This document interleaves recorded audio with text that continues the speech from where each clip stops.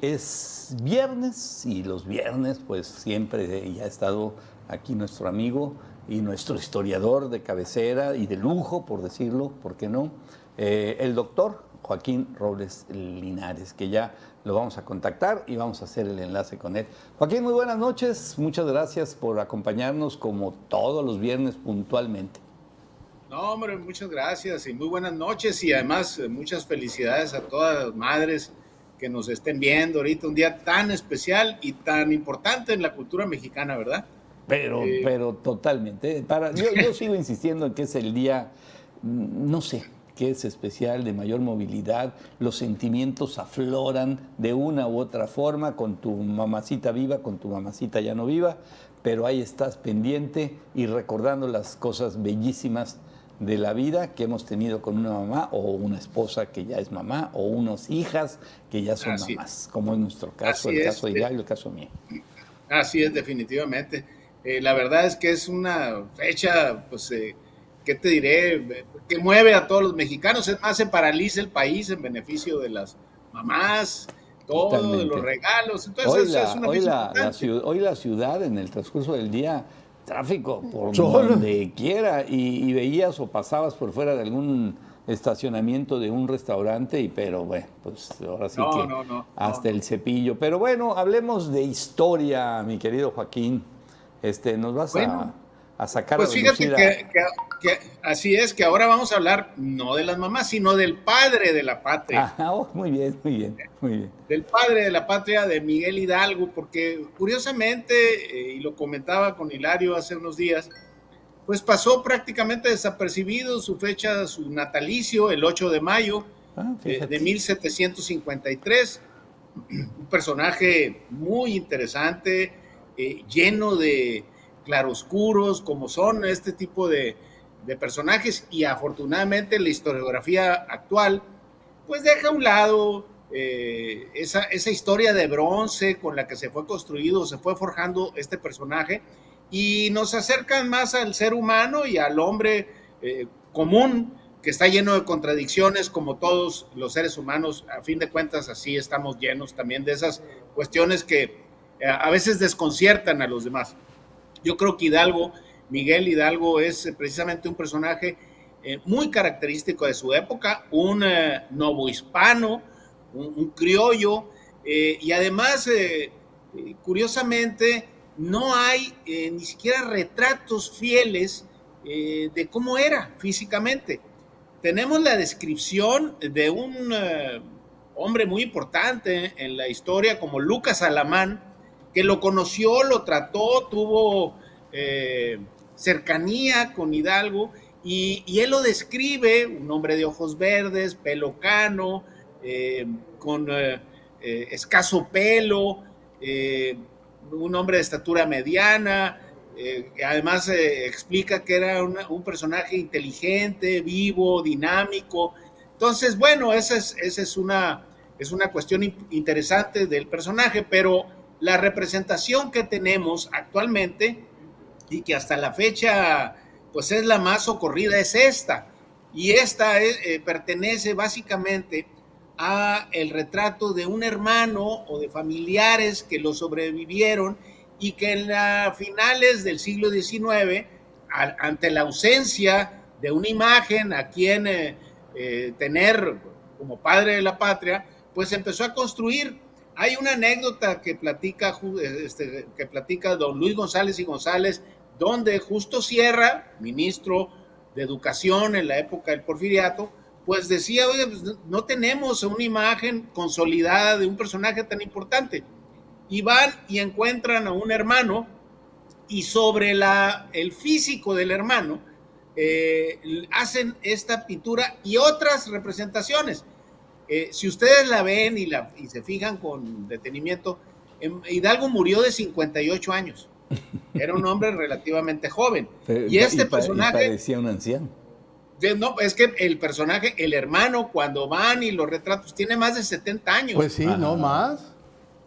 Entonces, no corresponde a la edad del personaje al momento de la muerte. Ahora, Ok. vamos a suponer, cuando muere Hidalgo en 1811, tenía 58, pero obviamente pues, todavía era más joven para 1810, 1808, claro, entonces claro. Por eso hay esa curiosidad en torno a su imagen, a su figura. Otra de las cosas características también de él, que además llama mucho la atención, es que fue un sacerdote, pero al mismo tiempo era un hombre que tenía ciertas actividades que no tenían mucho que ver con el sacerdocio. Por ejemplo, era un hombre que tenía mucha inventiva mercantil, ponía negocios, hacía ciertas actividades, le gustaba el juego, le gustaba la baraja. Muy bueno para la baraja, ¿eh? Le gustaban las apuestas, tenía una conducta inquieta, por decirle así, en ese sentido. Qué fino, Femenina, qué fino te diste. Femeninamente hablando. Sí, hay que ser respetuosos con las figuras y más con el padre de la patria. Entonces, no corresponde mucho a la imagen así que tenemos nosotros de un hombre sereno, un personaje como son los héroes, impasible ante lo que sea. No, Hidalgo era un hombre más aterrizado en ese sentido. Y además, también hay versiones en que, por ejemplo, pues al iniciar negocios, ustedes saben que la actividad mercantil no es sencilla y a veces esos negocios fracasaban. Bueno, pues a veces no pagaba las deudas y entonces se daban ciertas cosas que al rato pues lo andaban correteando. Sin embargo, tracalero le dicen en mi pueblo, güey, medio tracalero. Sin embargo, fíjense que por otro lado, pues era inquieto políticamente también. Es algo también que tienen estos personajes, era inquieto políticamente. Hay que tener el contexto de la época. Acuérdense que España sufre la invasión napoleónica y esto provocó un verdadero temblor político en toda América y obviamente México o la Nueva España, como se conocía, pues no era la excepción. Este movimiento de invasión de los franceses provocó que este movimiento de independencia tomara vuelo. Al principio hay que recordar, la intención no era separarse de España, era no tener vínculos con el gobierno invasor o el imperio invasor que lo estaba posesionado de España. Estamos hablando de Napoleón y de José Bonaparte, el hermano de Napoleón. Pepe Botella. Pepe Botella. Ellos no querían tener esa tutela de los franceses por muchas causas y razones.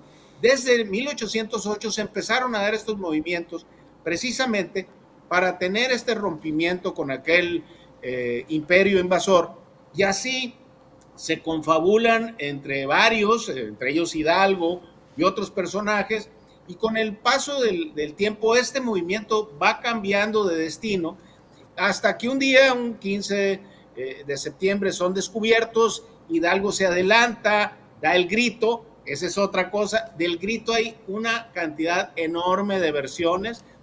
Hay unos que dicen que dijo una cosa, otros que dijo otra cosa, unos que fue a las 7, otros que fue a las 8. O sea, hay muchas versiones, pero a fin de cuentas, el grito en sí era una acción donde evidenciaba su inconformidad ante las autoridades virreinales, pero también cómo aglutinaba al pueblo, a lo que era el bajo clero y a todos los personajes en torno a su figura. Hay también versiones que dicen que Hidalgo se precipitó, que simple y sencillamente dio lo que hoy conocemos como un albazo, y eso modificó el destino de aquel incipiente movimiento independentista. Así Hidalgo en torno a él y en torno a su figura, pues se forman una cantidad enorme de personajes, pero también de pueblo. Y las primeras manifestaciones de insurrección fueron muy cruentas. Hidalgo mismo queda horrorizado al ver lo que hacían sus tropas, por ejemplo en Guanajuato, que hicieron una verdadera degollina entre la gente. Lucas Alamán lo critica mucho en este sentido, porque Hidalgo tiene esa actitud a veces ambivalente. Por un lado gritaba, no nos queda más que ir a coger gachupines, y por otro lado, pues después se quedaba desconcertado por lo que sucedía, y esto provocó que al interior de aquel movimiento empezara a haber tensiones. Hay una escena que a mí en lo personal me llama mucho la atención. Después de que este movimiento exitoso, hay que circunscribirlo al Bajío, lo que conocemos hoy como el Bajío, que es básicamente donde tuvo el impulso más intenso, más fuerte, más virulento, y ahí ellos llega un momento, van venciendo resistencias y llegan hasta las goteras de la Ciudad de México. Y ahí Hidalgo, en un momento muy crítico de su historia y su vida personal, decide no tomar la Ciudad de México, porque él se da cuenta de que si llegaba y se metía a la Ciudad de México, obviamente iba a ganar, pero iba a ser una cantidad brutal de derramamiento de sangre, y esto lo hace titubear y se regresa. Después de ahí, él va teniendo conflictos, particularmente con Allende. Rompen, ellos tienen, en primer lugar, lo que sucede muchas veces, el líder civil empieza a tomar decisiones militares que no le correspondían y que además hacían que Allende se molestara precisamente por las derrotas o la pérdida de efectivos. Entonces, a final de cuentas, este movimiento va avanzando, pero va después recibiendo derrotas a tal grado que Allende y Hidalgo rompen. Allende incluso se llega a referir en la parte final de este movimiento incipiente, el inicio de aquella guerra de independencia. Estamos hablando de entre el 10 y el 11, apenas iba empezando. Allende se refería a él así: este cura bribón, decía lo último, ¿no? ¿Por qué? Porque estaban muy encontradas las posiciones, que a tal grado que a final de cuentas los apresan. Ellos iban rumbo a los Estados Unidos a tratar de recomponer las derrotas que habían sufrido, pero también adquirir pertrechos militares, en fin, organizarse de vuelta, dejar a un lado la tutela de Hidalgo, ver el movimiento desde el punto de vista estrictamente militar, pero bueno, eso no se da, e Hidalgo es fusilado en 1811. Aclaro el año porque el movimiento de Hidalgo fue muy corto, tuvo una llamarada intensa al inicio, se fue extinguiendo, y para en noviembre del 11 termina fusilado. Además, él como cura lleva 2 juicios, uno civil, uno eclesiástico. Al final hay testimonios de que él incluso se arrepiente o da nota en el sentido de que pues, no estaba muy convencido de lo que había sucedido, y así es fusilado. Sin embargo, con el tiempo pues adquiere las dimensiones que hasta hoy y hasta la fecha tiene. Obviamente fue él el gestor de la independencia, fue un personaje que es indiscutible, que él llevó el inicio de aquel movimiento insurreccional, pero además hay que concentrarlo en el área del Bajío. Aquí en Sonora, al menos lo que nos corresponde aquí, prácticamente, salvo algunos pronunciamientos en algunos pueblos de la época, no pasó nada.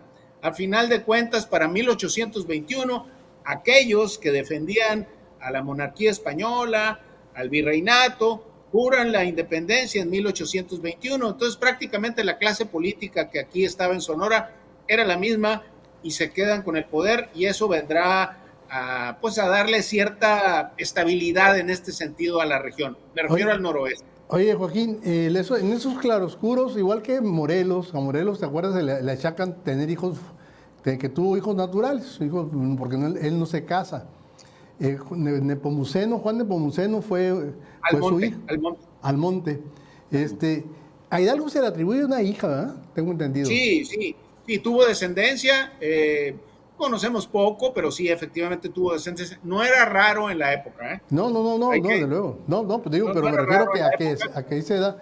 Y otra cosa, cuando toma Guadalajara, que se posiciona en Guadalajara, comete el pecado de dejarse rodear de una bola de lambiscones y hace que le digan Alteza Serenísima, y es cuando viene el choque más, el rompimiento con muchos de los jefes militares, porque oye, ¿cómo le voy a decir Alteza Serenísima? Pues eso nada más se le da a los reyes. Así es ese personaje que digo yo, que es muy rico en claroscuros, en contradicciones. Por un lado, un personaje arriesgado, arrojado, con muchos atributos, y por otro lado, a veces emergían este tipo de cosas, por ejemplo, llamarse Alteza Serenísima, cuando, por ejemplo, en Guadalajara hizo una gran acción. Publica un periódico que se llamaba El Despertar Americano, y desde ahí habla de eliminar o abolir la esclavitud, por ejemplo, ¿no? Entonces, tiene esas cosas muy curiosas, Hidalgo, que tenían contradicción y que chocaban con su personalidad, que hay que recordar que la historia oficial que se construyó durante muchos años, claro, pues que lo hacen todos los países, México no es la excepción, todos son así, nos daban idea de un Hidalgo serio, pensador, que meditaba las cosas. Bueno, no era así. Y este tipo de cosas, por ejemplo, lo evidenciaban. También algo que marcó mucho fue la virulencia o el permitir que sus tropas tuvieran unas acciones muy crueles contra la gente inocente. Sobre todo con los gachupines, ¿no? En Guadalajara hacen una matanza también de gachupines. Así es. Ahora, cuando uno ve lo que les hicieron a estos y cómo los dejan sus cabezas en unas picas, las dejan durante meses, o sea, hay una especie de escarmiento. Es porque también había una venganza por lo que había sucedido. Fíjense que este movimiento del 10 al 11 fue sumamente violento, fue durísimo. Los combates eran multitudinarios y la violencia que había después de los combates era terrible, una cantidad enorme de muertos, y eso pues sí modificó un poco la visión que teníamos del personaje. Oye, también tengo entendido que le decían el zorro, ¿no? Porque era muy vago. Astuto. En la escuela. Fíjate que él fue alumno de un personaje muy, muy interesante, un intelectual de la época que era Buddy Capel, el obispo, un hombre de famoso, gran nivel. Fue uno de sus alumnos consentidos. Y ahí en la escuela le decían el zorro. ¿Por qué? Porque era muy hábil, además para argumentar, para cuestiones de carácter filosófico. Además aprende el francés ahí, en el seminario.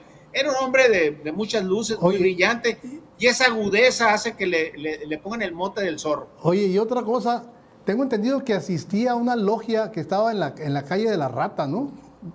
Sí. También incursionó en la masonería. Incursionó en la masonería, hay que hacer una distinción, y eso es muy importante. Yo creo que hasta la fecha pues, podemos hacerla. Una cosa era el bajo clero, de donde provenían los sacerdotes que participaron en la independencia. Era una cosa totalmente separada, distinta de lo que era el alto clero. Si ustedes revisan los personajes de la independencia, todos los que participaron, que venían de las cuestiones religiosas, todas pertenecían al alto clero. Nadie era obispo ni tenía ese tipo de nombramientos. Y estos personajes del bajo clero sí tenían vinculación a logias masónicas. También hay que recordar que estaban muy en boga todas las ideas de la ilustración. Y entonces eso hacía que empezaran a ensayar cuestiones de carácter político. Tan es así que acuérdense que después vendrá la Constitución de Cádiz, en fin, hay muchas Joaquín, cosas que... Pero al final del día la historia lo ha tratado muy bien. O sea, sí, claro, es un personaje bien centrado, bien ubicado. Todos estos temas que están sacando, que estamos comentando, que estamos conociendo ahorita, pues son temas que poco o muy poco se sabe. Esa es la verdad. La historia lo ha tratado muy bien y creo que además se lo merece, porque sí es el gestor de la independencia, el inicial. En aquella época, imagínate la represión que había, tuvo que haber sido muy valiente, muy valiente. Ajá. Tuvo, por ejemplo, a ustedes que conocen de publicidad, yo a mí me sorprende porque fue el primero que agarró el estandarte de la Virgen de Guadalupe, ¿no? Sí, o sea, sí. Antes que se me hizo... 40 segundos, Joaquín, 40 segunditos. Creo que lo ha tratado muy bien y creo que está bien que lo trate bien. Hay que conocer al personaje, pero a partir de estudios de historiadores en los últimos 20 o 30 años, nos hemos acercado más que al personaje de bronce, al ser humano. Oye, y además ya sabes quién lo ha respetado, no se ha metido con él. Hasta ahorita. Lo tiene ahí atrás. Fíjate que lo tiene atrás ahí junto a los otros, ¿no? Muy bien. Joaquín, muchísimas gracias. Como siempre, pues extraordinario tu comentario sobre la verdad en la historia de Miguel Hidalgo y Costilla. Muchas gracias, Joaquín. Muchas gracias, que la pasen muy bien. Excelente fin de semana. Igualmente. Muy bien. Ahí está, Joaquín Robles Linares. Vamos a una pausa